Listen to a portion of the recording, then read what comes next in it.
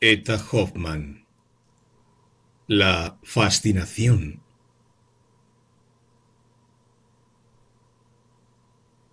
Los sueños son como la espuma de las olas, que apenas formada se desvanece, decía el anciano varón H., alargando el brazo hacia la campanilla para llamar a su ayuda de cámara, Caspar, pues ya había pasado con mucho la hora de acostarse. El viento soplaba furioso, y María, hermosa joven que tenía casi oculta la cabeza en un espeso chal, luchaba en vano contra el sueño. A pocos pasos estaba Ottmar, hijo del barón, grave estudiante a quien gustaba filosofar sobre todas las cosas. Padre, dijo el joven, ¿cómo puede usted creer que los sueños no sean fenómenos misteriosos que nos ponen en comunicación con el mundo invisible? Amigo mío, replicó el barón, yo opino como los materialistas, que no ven nada de sobrenatural en esos pretendidos misterios de la naturaleza, producidos a expensas de nuestra imaginación. Pero no podría ser, objetó María, la hermosa doncella, que los sueños de que tan poco precio hacéis fuesen resultado de la fermentación que se opera en el cerebro y que sustrae a nuestro espíritu de la dominación de los sentidos durante las horas de sueño, permitiéndole vagar las sublimes regiones no limitadas por el espacio ni por el tiempo. Querida hija, repuso el varón, al oírte hablar así, figuróme estar escuchando las enfáticas divagaciones de nuestro amigo Alban. Ya sabes hasta qué punto llega mi incredulidad respecto a todos los sistemas que los visionarios de hoy improvisan. Los sueños son el fruto de la sobreexcitación febril de nuestros órganos, y veo la prueba de ello en las desagradables sensaciones que producen mientras duran y hasta después. Si los sueños establecieran verdaderas relaciones entre nosotros y el mundo invisible, ¿por qué no serían una iniciación en las inefables dichas que las regiones nos hacen esperar más allá de la vida terrestre? Ottmar iba a promover un detalle sin fin sobre el asunto, pero el varón no le dio tiempo. Hagamos punto aquí, interrumpió, pues no estoy de humor para discutir. Y por otra parte, el día de hoy, 9 de septiembre, despierta en mí un recuerdo de la juventud que siempre me produce dolorosa impresión. Sin embargo, replicó el estudiante, no está demostrado que la influencia magnética... ¡Oh! Exclamó el varón. No pronuncies jamás esa palabra delante de mí, porque eso del magnetismo me subleva. Quien profesa ese arte odioso paga con su vida más pronto o más tarde la culpable curiosidad que le impele a levantar el velo con que Dios oculta sus obras. Recuerdo muy bien, hijos míos, que en la época en que yo estudiaba en el colegio de Berlín, había entre nuestros profesores un hombre cuyas facciones no se borrarán jamás de mi memoria, pues no podía mirarle sin experimentar secreto espanto. De estatura gigantesca y flaco como un esqueleto, tenía uno de esos semblantes que apenas osaría concebir la más extravagante imaginación, y además estaba dotado de una fuerza y destreza admirables. Algunas veces nos refirió que, siendo mayor al servicio de los daneses, habíase visto obligado a expatriarse a consecuencia de un duelo, pero ciertas personas suponían que en vez de matar realmente a su enemigo, que era un general, habíale asesinado.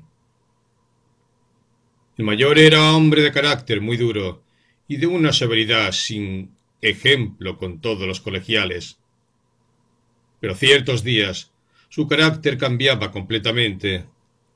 Entonces parecía muy benévolo y afectuoso. Y en aquellos momentos de expansión, cuando nos estrechaba la mano, su contacto hacía circular por nuestras venas un fluido singular que nos sometía a su influencia por no sé qué simpatía inexplicable. Aquellos días de calma eran raros, pues pronto recobraba su carácter rígido y la severidad que tanto nos atemorizaba. Algunas veces se exaltaba hasta el delirio. Veíamosle, vestido con su antiguo uniforme rojo, recorrer a grandes pasos las salas del colegio, esgrimiendo su tizona en el vacío, cual si se hallase frente a un furioso adversario. Después hacía ademán de pisotear un cadáver y al mismo tiempo profería horribles imprecaciones.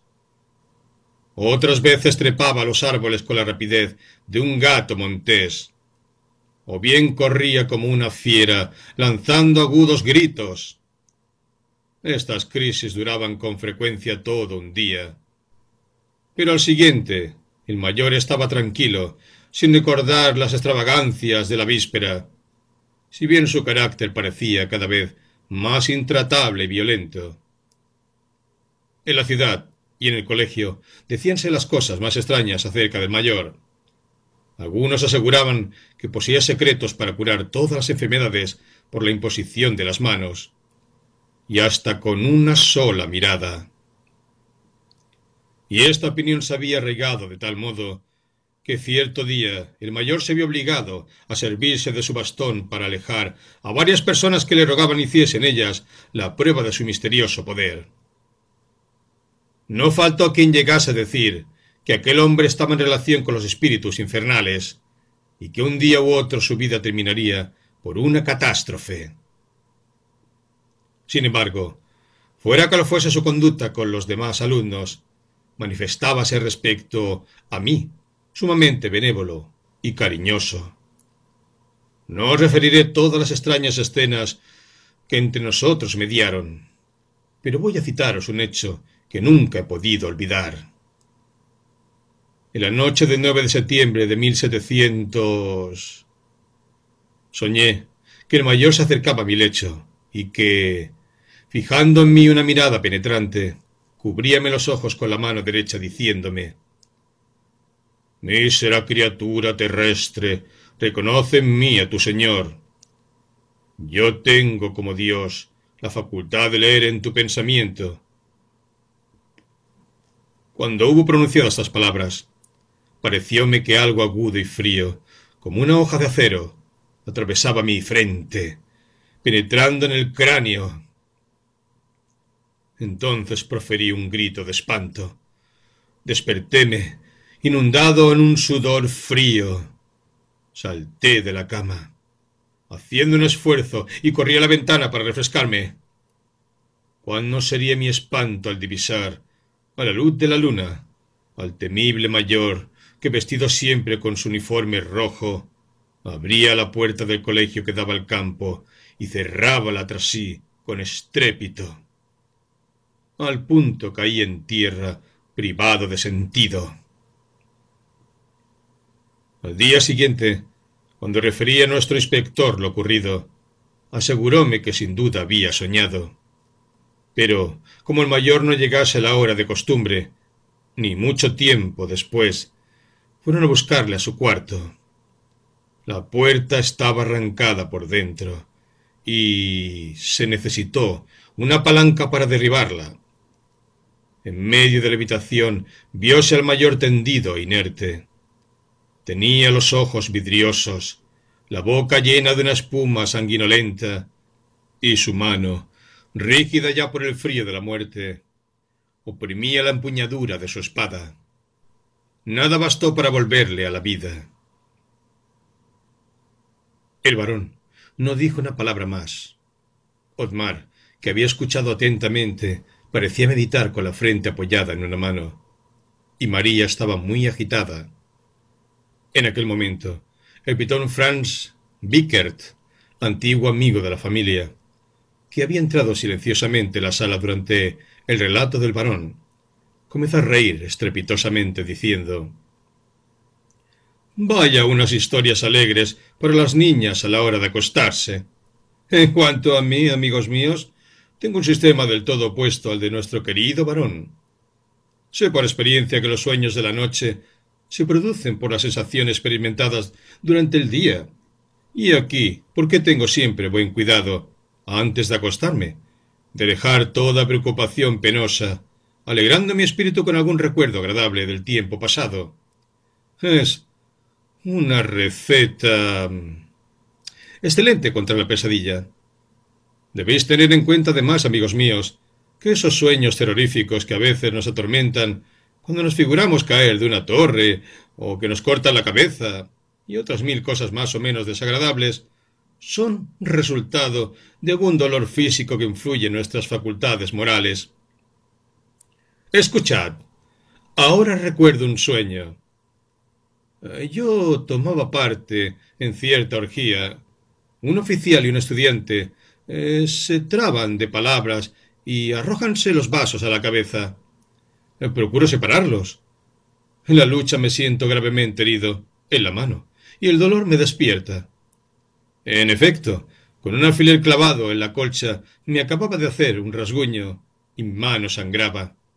He tenido otros sueños espantosos y... —¡Ah! —exclamó María—. Por favor, os pido que no contéis esas cosas, pues me hacen mucho daño.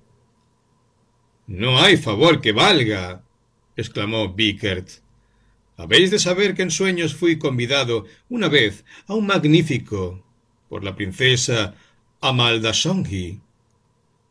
Al entrar en el salón, luciendo mi más rico traje, preparábame ya a dirigir la más elocuente declaración amorosa a la noble dama, cuando de pronto eché de ver, al fijar una mirada satisfecha sobre mi persona, que se me había olvidado el calzón. Este chiste de Bickert fue acogido por una ruidosa carcajada, pero sin dejar a sus oyentes tiempo de recobrarse, el alegre artista continuó la narración de sus sueños. Ahora voy a contaros, dijo, otra cosa más inconveniente y humillante. Una noche soñaba que sólo tenía 20 años y que iba a bailar un rigodón con una mujer hermosísima. Había gastado mi último escudo para engalanar un poco mi único traje. Llego, penetro entre la brillante multitud que se oprime a la puerta del salón, y de repente un maldito perro de aguas abre la puertecilla de una estufa delante de mí y me dice: «Señor galán, por ese agujero es por donde habéis de pasar». Otro sueño. Anoche me figuré que me había convertido en hoja de papel y que un aprendiz de poeta, armado de una pluma de pavo, muy mal cortada, desgarrábame en todos sentidos, escribiendo en mi blanca superficie sus rimas mutiladas a fuerza de tachones. En fin, sabed que hace poco soñé que un cirujano me desmontaba los miembros uno por uno, cual si fuese una muñeca de madera, y complacíase cruelmente en ver el efecto que producirían mis pies puestos en medio de la espalda, o el brazo derecho adaptado a la pierna izquierda. Por último... Pero, al llegar aquí, el barón y sus hijos proferían tales carcajadas que el amigo Franz Bickert se vio obligado a renunciar a sus cuentos. Entonces Ottmar tomó la palabra. «Nuestro amigo», dijo, «se pone en contradicción con su sistema al referirnos a esos sueños, pues o quiere que nos desternillemos de risa, o no ha sabido imaginar cuentos conformes con su teoría. Como quiera que sea, no quedo menos persuadido de que la virtud magnética... —¡Vamos! —interrumpió el barón—, no volvamos a tocar este asunto. Prefiero que María nos haga un ponche para que todos conserven el buen humor. Bickert aplaudió la idea, y mientras que la joven hacía sus preparativos, el pintor se ocupó en reanimar el fuego de la chimenea. Cuando el ponche estuvo hecho, Ottmar llenó los vasos y Bickert vació el suyo diciendo: «Jamás me ha parecido este licor tan agradable como cuando lo preparó la hermosa María, que parece comunicar un perfume celestial a cuanto ella toca. La influencia misteriosa de su belleza produce ese efecto encantador, y en mi concepto es el magnetismo más incontestable». «¡Vaya! Veo que volvemos al magnetismo», interrumpió el barón. «A fe mía que no saldremos esta noche de lo fantástico y de lo extravagante. María es realmente una hermosa y buena hija, pero, gracias a vosotros, paréceme que algún día la tomaré por un ser del otro mundo. Procuremos, pues, vivir en paz, sin turbar esta existencia común que tan dulce me parece. Sin embargo, repitió Otmar, muchos deseos tengo de referir a nuestro amigo Vicker un hecho que Alban me confió y que me ha impresionado profundamente. Durante su residencia en la Universidad Alban se relacionó con un joven llamado Teobaldo, que a primera vista seducía a todos cuanto le miraban. Era un joven de carácter afable y muy sensible, pero poco a poco, desde que comenzó a ser amigo de Alban, su carácter cambió. Veíasele siempre triste e inquieto, y aunque de espíritu meditabundo, comenzó a exaltarse gradualmente. Solo Alban ejercía cierto dominio sobre aquella naturaleza irritable, cuya energía se agotaba en estériles luchas contra las mezquindades de la vida. Después de graduarse en la Universidad de Teobaldo debía volver a su ciudad natal para casarse con la hija de su tutor y vivir pacíficamente con la cuantiosa renta que sus padres le habían dejado. Todas sus aspiraciones, sin embargo, resumíanse en el estudio del magnetismo animal, del que su amigo Alban le había dado las primeras lecciones, y proponíase nada menos que proseguir hasta los últimos límites de lo posible el desarrollo de los misteriosos fenómenos de esa ciencia. Poco a poco, después de haber vuelto a sus hogares, escribió a Alban una carta desesperada, anunciándole que durante su ausencia un oficial de tropas extranjeras, alojado provisionalmente en casa de su tutor, se había enamorado de la joven, consiguiendo que ella participase de su pasión. Cuando el oficial hubo de marchar con el cuerpo de ejército a que pertenecía, su amada se entristeció tanto que su juicio sufrió alguna alteración, y llegóse a temer por su vida. El pobre Teobaldo, pues, no sólo debía lamentarse de haber perdido el corazón de su prometida, sino de verse expuesto a perder el único objeto de su amor. Alba le contestó al punto que su desgracia no era irreparable, y que el magnetismo le devolvería infaliblemente la mujer amada. Teobaldo, aprovechándose de este consejo, previo el permiso de la madre de su novia, fue todas las noches a sentarse junto a ésta, en el momento en que, cediendo al sueño, era víctima de dolorosas pesadillas, durante las cuales repetía de continuo el nombre del oficial. Teobaldo ejerció así gradualmente en la joven la influencia cuya virtud secreta le había enseñado Alban, y cuando podía someterla al estado del sonambulismo, conversaba con ella, evocando los dulces recuerdos de sus juegos de la infancia y de su tierno y mutuo afecto. Poco a poco, la joven se dejó dominar por el ascendente mágico de la influencia que la rodeaba, y siempre que volvía al estado de sonambulismo, sus sensaciones y respuestas a las preguntas que le dirigían referíanse naturalmente a Teobaldo y a sus recuerdos de la infancia. La dominación del joven llegó a ser tan completa que su novia acabó por no vivir más que con su vida y su voluntad. Parecía que el alma de su amigo se hubiese confundido con la suya propia y que sólo existiese en ella. Aquí llegaba Otmar, en su historia, cuando de repente María, cambiando de color, profirió un grito agudo y seguramente hubiera caído en el suelo si Vicker no hubiese estado junto a ella para recibirla en sus brazos. Todos acudieron a socorrerla, pero nada bastó para hacerla volver en sí. Parecía muerta. «¡Dios mío!», exclamó Otmar. «Solo Alban podría salvarla». En aquel momento abrióse la puerta y apareció Alban, que adelantándose con paso grave, se acercó a la joven y le dijo, cual si hubiera podido oírle: «¿Qué tenéis, María?». La hija del varón se estremeció al oír aquellas palabras, hizo algunos movimientos y murmuró: «Dejadme, hombre maldito. Quiero morir al menos sin padecer». Alban se sonrió y, fijando sus miradas en los presentes, les dijo: «No temáis nada. Es un ligero acceso de fiebre y pronto quedará dormida. De aquí a 6 horas, Cuando despierte, le daréis 12 gotas del licor contenido en este frasco. Así diciendo, entregó a Admar un frasquito de plata, saludó y retiróse como había venido. «Bien», exclamó Vicker, «he aquí otro doctor maravilloso. La mirada penetrante, la voz profética, el frasco de elixir, nada falta». «Amigo Vicker», dijo el anciano varón, «la noche termina muy tristemente.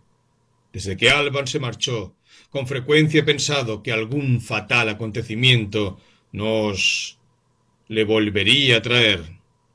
Dios quiera que mis presentimientos me hayan engañado». «Pero, amigo mío», replicó Vicker, «me parece que debéis considerar como muy feliz y oportuna la llegada de Alban, pues, al fin y al cabo, es un doctor hábil. Y no habréis olvidado que en cierta época en que la hermosa María se quejaba de crisis nerviosa, contra las cuales eran impotentes todos los remedios, Alban supo curarlas en pocas semanas, por medio de ese magnetismo que aborrecéis. Yo creo que es preciso desechar preocupaciones demasiado exageradas contra las ciencias modernas, pues la naturaleza oculta, en su seno, miles de secretos, cuyo descubrimiento futuro costará numerosos siglos. «A fe mía», interrumpió el varón, «que no estoy más atrasado que cualquiera otro, ni soy enemigo de los progresos de la ciencia, pero a decir verdad, mi aversión al magnetismo proviene en gran parte de no haber comprendido nunca a ese Alban, a quien mi hijo aprecia tanto. Inútilmente me esfuerzo para reconocer alguna expresión de verdad en la fisonomía cambiante de ese hombre singular. Sé que debo estarle muy agradecido por la curación de mi hija, y con la mayor voluntad le ofrecería todos los tesoros de un rey, pero debo confesaros, querido Vicker, que una repulsión invencible me ha impedido siempre manifestarle mi gratitud. A pesar mío, cada día me es más odioso, y cuando le miro, paréceme tener a la vista a ese diabólico mayor danés que en otro tiempo me atemorizó tanto. «¡Ah!», exclamó Vicker. «He aquí, pues, sin ir más lejos, el secreto de ese inexplicable odio. No es Alban el que preocupa vuestra imaginación, sino ese maldito mayor danés. El buen Alban paga las culpas de ese hombre maléfico, sin tener su nariz ganchuda y sus negros ojos penetrantes. Pero aunque fuese un poco visionario, debéis dispensarle esta ligera falta, puesto que quiere y practica el bien. Dejemos a un lado las flaquezas del hombre y rindamos culto a la alta ciencia del médico». «Lo que decís, amigo Franz», interrumpió el varón, levantándose, «no es la expresión de vuestro pensamiento. Tratáis de disminuir mis inquietudes, pero cuantos esfuerzos hagáis serán inútiles, pues bajo la forma humana de ese Alban veo un ser infernal del que todo se debe temer. Escuchad, amigo mío, lo mejor será que ambos vigilemos a ese hombre, pues en él hay, os lo repito, algo de temible y maléfico». Los dos antiguos amigos se estrecharon la mano antes de separarse. La noche estaba oscura y silenciosa. María, entregada al parecer a un sueño letárgico, se despertó a las 6 horas, y entonces se le propinó el medicamento prescrito por el doctor Alban. Algunos momentos después sentíase perfectamente bien y no recordaba la menor cosa de su accidente de la víspera. Aquel día no se presentó Alban a la hora de reunirse la familia para comer, pero envié decir que una larga correspondencia le tenía muy ocupado. María a Aldegonda. Querida amiga de mi infancia, qué feliz me ha hecho tu carta. Al reconocer tu escritura creí morirme de alegría. Con qué placer he leído las buenas noticias de tu hermano Hipólito, mi prometido, adorado. Tu pobre amiga, querida Aldegonda, ha estado muy enferma y no podría expresarte los padecimientos que experimentaba. Parecíame ver al revés todas las cosas de la vida El menor ruido me atravesaba la cabeza como un aguijón, y hasta cuando no dormía era presa de los sueños más extravagantes que imaginarte puedas. Una secreta inquietud consumía lentamente todas mis fuerzas. Sentía llegar la muerte con todos sus terrores, y más que nunca ansiaba vivir.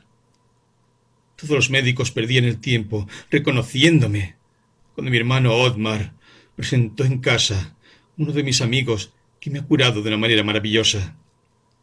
En casi todos mis sueños sí me parecía un hombre grave y hermoso, que a pesar de su juventud inspirábame el más profundo respeto. Este personaje fantástico me atraía hacia sí por el imán de una ternura misteriosa, y fácil te será comprender hasta qué punto llegaría mi sorpresa, querida Aldegonda, cuando reconocí por todos los rasgos de su fisonomía al hombre que yo había soñado, en el amigo que mi hermano nos presentaba. Alban, este es su nombre. Me sometió a pesar mío la influencia de su mirada. Pero en vez de las convulsiones nerviosas que siempre me agitaron, experimenté como una calma letárgica que adormecía todos mis sentidos. Mis sueños se desvanecieron. Dormía profundamente, y la vivacidad febril de mis sensaciones desapareció. Sin embargo, paréceme a veces que durante el sueño me creo dotada de un nuevo sentido. Entre Alban y yo establécese una comunicación misteriosa. Me hace preguntas, y yo le digo lo que pasa en mí, cual si leyese en un libro. Otras veces, el mismo Alban es quien me preocupa. Paréceme hallar en mí su pensamiento, y que por su sola voluntad enciende en mi ser un foco de luz, el cual resplandece o se extingue, según que por ella me atraiga o me rechace. Es una especie de estado en el que experimento una dicha inefable, superior a todo cuanto la vida física puede ofrecer. Tal vez te rías de mí, querida Aldegonda, creyendo que estoy loca o enferma, pero de todos modos te aseguro que jamás he amado tanto a Hipólito, ni deseado con mayor ansia su vuelta. Desde que Alba me sometió a esa fuerza misteriosa, que él llama magnetismo, según creo, figuróme que por él amo a Hipólito con más acendrado cariño. Alban, ese hombre sublime y benéfico, nos protegerá a las dos hasta después de nuestra unión. Algunas veces, no obstante, me inspira temor. Extrañas sospechas rasgan el velo de entusiasmo con que rodeo la figura de Alban en el fondo de mi alma. Tengo horas de fascinación, durante las cuales imaginóme verle en medio de todos los atributos usados, según dicen, para practicar culpables sortilegios. Sus nobles facciones se descomponen, y sólo veo ya un hediondo esqueleto, cuya osamenta cruje bajo los anillos de los inmundos reptiles que en ella se enroscan. Por lo demás, Alban merece toda mi confianza. Le di a conocer ingenuamente todas mis sensaciones, y manifiéstole las dudas que me inspira, pero él se muestra impasible a mis miradas. Siempre es el mismo hombre amable y afectuoso, y al observar su majestuosa calma, me avergüenzo de mis locas ideas. He aquí, querida Aldegonda, la historia de mi vida interior. Mi corazón se siente ahora más aliviado, porque ya no tengo secretos para ti. Consérvate buena, y hasta muy pronto. Alban a Teobaldo. Toda existencia es el premio de una lucha. Es la lucha misma. Y la victoria pertenece al más fuerte, porque la fuerza es la ley natural de todas las cosas. El ser dominado aumenta con la suya propia, la de su vencedor. La fuerza del espíritu, así como la fuerza física, tiene sus combates y sus victorias. Una mediana inteligencia domina y somete a menudo una fuerza física inmensa. Está en nosotros como un reflejo de Dios, que nos da el imperio sobre todos los seres. Ignoramos los misterios de la unión del espíritu con el cuerpo. El descubrimiento de esta ciencia nos iniciaría en la omnipotencia de Dios. Sólo nos es dado ejercer, para la satisfacción de nuestros deseos, en el círculo que se nos trazó, la suma fuerza que nos ha sido comunicada para disfrutar de la creación. He hallado en mi camino una joven cuyo aspecto hizo vibrar en mi alma cuerdas simpáticas. Comprendía yo que toda la fuerza estaba de mi parte para traer su vida a la mía. Mas era preciso luchar contra otra influencia extraña que la había dominado. Esta joven amaba y era correspondida, y por lo tanto hube de concretar en un solo punto todas las fuerzas de mi voluntad. La mujer ha recibido de la naturaleza una organización pasiva. En el sacrificio que voluntariamente hace de su persona para explayar su alma en el seno del ser que la domina por su superioridad, es en lo que reside la dicha del amor. Me bastó permanecer una semana junto a la hermosa María para conocerla bien, y entonces apliqué a la exquisita delicadeza de sus órganos la acción oculta del magnetismo, de esa ciencia de que el vulgo se ríe. Entre la joven y yo establecí relaciones simpáticas, cuya cadena no podían romper la ausencia ni el alejamiento, y muy pronto quedó bajo mi dominio en accesos de alucinación que su padre y su hermano tomaron por una dolencia nerviosa. Amigo del segundo, que admiraba, sin comprenderlas, algunas experiencias que me complacían hacerle ver, fui llamado a la casa de María en calidad de médico, y al punto me reconoció por un estremecimiento misterioso que aseguraba mi imperio, pues bastan mis miradas y mi secreta voluntad para sumirla en el sonambulismo, es decir, para traer su alma a la mía. Desde que vivo cerca de ella, la imagen de Hipólito se borra poco a poco de su memoria, y muy pronto desaparecerán los últimos obstáculos. Ese Hipólito es coronel, y en este momento está lejos de aquí con motivo de la guerra. No deseo que sucumba, y hasta quisiera que volviese, pues su presencia agregaría un canto más a la victoria, cuyos frutos saborearé muy pronto. Hasta la vista, querido discípulo. La campiña, sembrada de hojas muertas, parecía estar de luto. Espesas nubes de color plomizo deslizábanse en el cielo impelidas por el viento del otoño.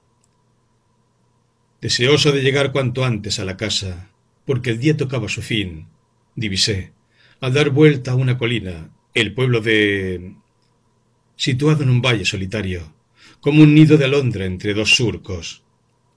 En aquel instante oíase el lúgubre tañido de la campana de la iglesia que tocaba difuntos, y varios enterradores esperaban en el cementerio a que el anciano sacerdote terminara su última oración para sepultar un ataúd en la fosa. Me reuní en el camino con algunas personas que volvían lentamente, y las seguí escuchándolas.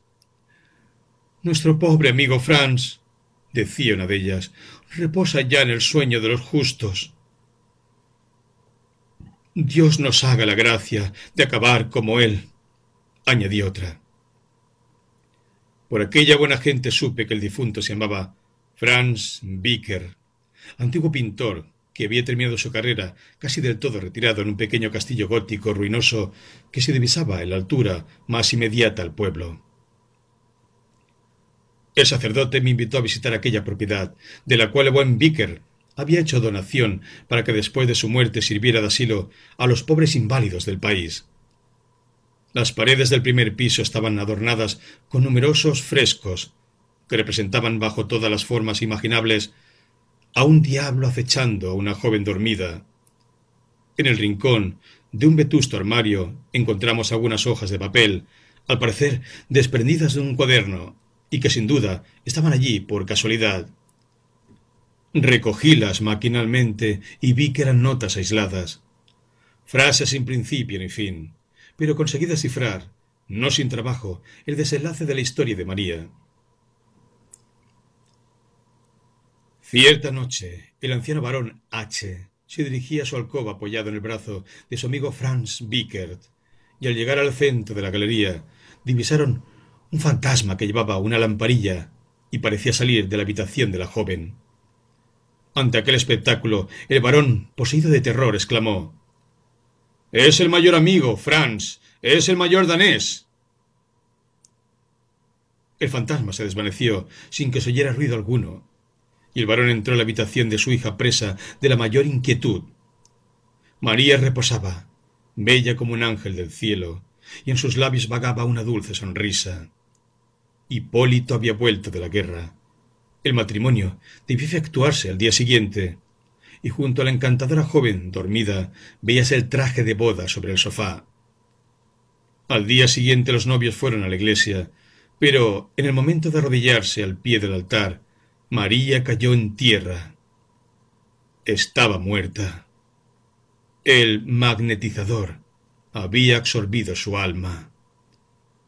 Todos aquellos que la habían amado siguiéronla muy pronto a la tumba, y nadie supo lo que había sido del doctor Alban.